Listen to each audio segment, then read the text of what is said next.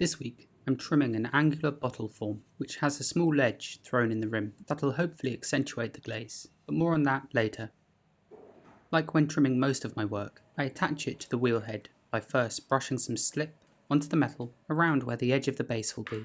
The pot's then placed onto the slip and the base is sealed. If done correctly, this should hold the vase very firmly in place, but it can take some getting used to, and there's still always the chance that the pot will suddenly dislodge and fly off. So as I trim away excess material with one hand, the other usually gently holds onto the pot, ready to catch it at a moment's notice. Typically, when I'm trimming pots, I start at the bottom and I work my way upward. In this case, I'm starting on the narrow section that tapers in around the base. The walls in that section weren't thrown perfectly thin, so I trim away some of this excess clay to make not only the vessel lighter, but also to refine the shape. Ideally, you don't want your pots to feel bottom heavy, and that's especially true when it comes to functional ware, for objects such as mugs, jugs and teapots, as if they're already heavy before any liquid's been added into them, then once full you end up with an object that's inconceivably heavy, and one that might deceive your expectations when you go to pick it up. When you see a handmade pot on a table, you immediately, almost subconsciously, make a judgment of that object's weight by the size of the pot, and more often than not through the rim itself. And so generally, when you go to pick a pot off the table and it's heavier than you expected, that's typically a bad thing, especially if that weight is focused in the bottom of the pot. Whereas if you pick it up and it's perfectly balanced or lighter than you expected, then that's a good thing, and it's a sign of good craftsmanship.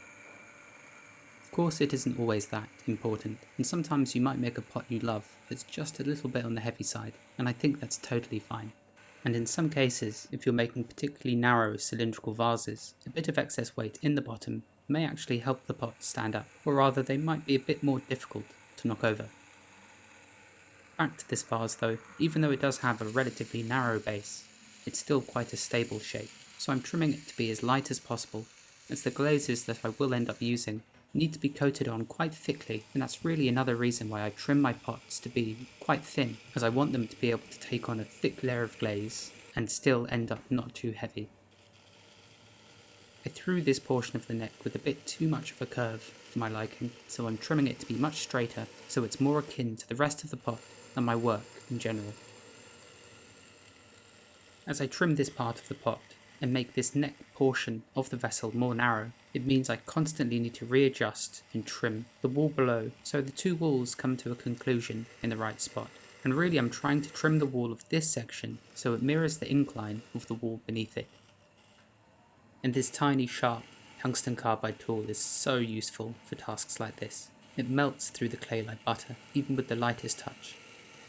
Although as you're only ever able to trim such small portions with this blade, I normally just refine the same spots with a larger, flatter blade like this.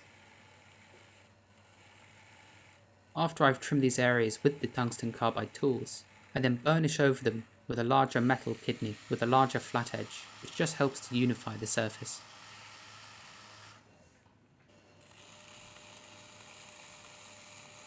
The most notably different thing about this pot is the rim itself, which I threw to be slightly indented, and it overhangs quite a bit too. As I was throwing this pot, I purposefully left the rim to be quite thick, so that I could separate it with my fingertip. I didn't worry too much about it being perfect and precise at that stage, as it was such a finicky small portion of the pot, but at this point I can really tidy it up, and the idea is, hopefully, that the glaze will pool nicely in this groove around the top, whilst the raised section above will turn a bright metallic orange-red as the glaze splits over that section.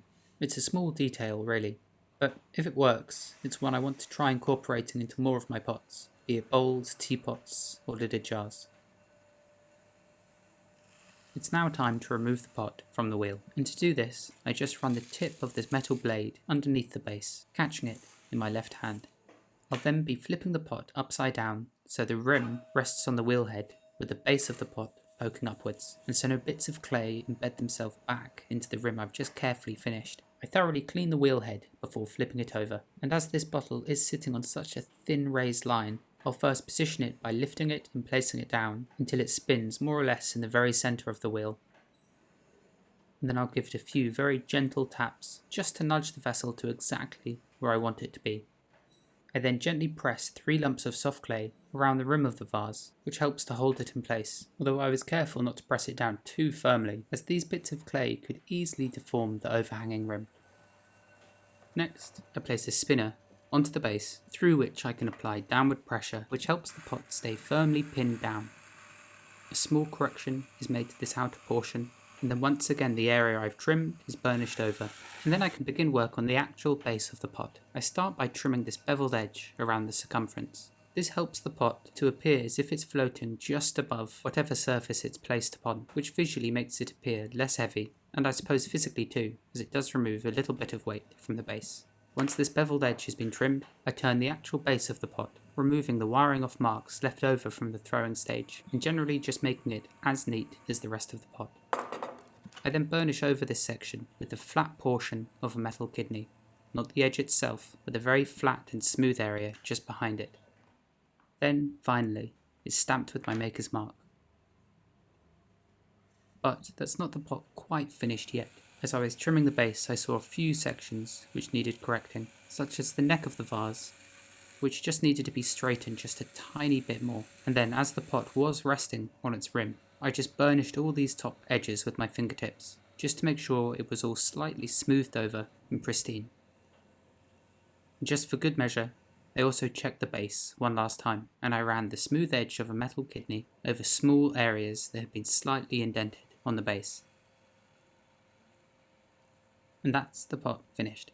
Now leather hard, this pot will be set aside until it turns completely bone dry, whereupon it can be bisque fired, then glazed, then reduction fired. And there are many pots in my studio at the moment that are awaiting the next stage of the process, but life gets in the way, and I hope to return to my studio properly by the end of September, whereupon I can start glazing and firing once again. Thanks, as always, for watching, and I'll see you next time.